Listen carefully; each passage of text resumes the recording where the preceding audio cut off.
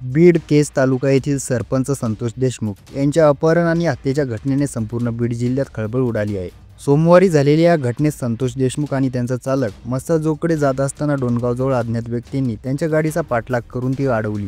त्यांना गाडीमधून बाहेर काढून काठ्यांनी मारहाण केली। त्यानंतर अपहरणकर्त्यांनी त्यांना गाडीत जबरदस्तीने बसवून नेले।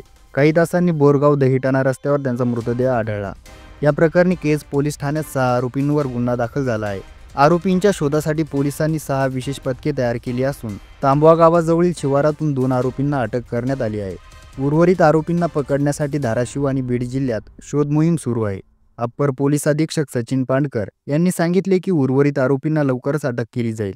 या प्रकरणाच्या निषेधार्थ संतोष देशमुख यांच्या नातेवाईकांनी आणि ग्रामस्थांनी अहमदनगर, अहमदपूर व बीड लातूर महामार्गावर रस्ता रोको आंदोलन सुरू केले आहे। मस्साजोग गावाजवळ रस्त्यावर टायर जाळून निषेध करण्यात आला असून वाहतूक पूर्णपणे ठप्प झाली आहे। पोलिसांनी ग्रामस्थांना शांततेचे आवाहन केले। आरोपींना न्यायालयात उभे करून कठोर शिक्षा होईल अशी ग्वाही दिली आहे।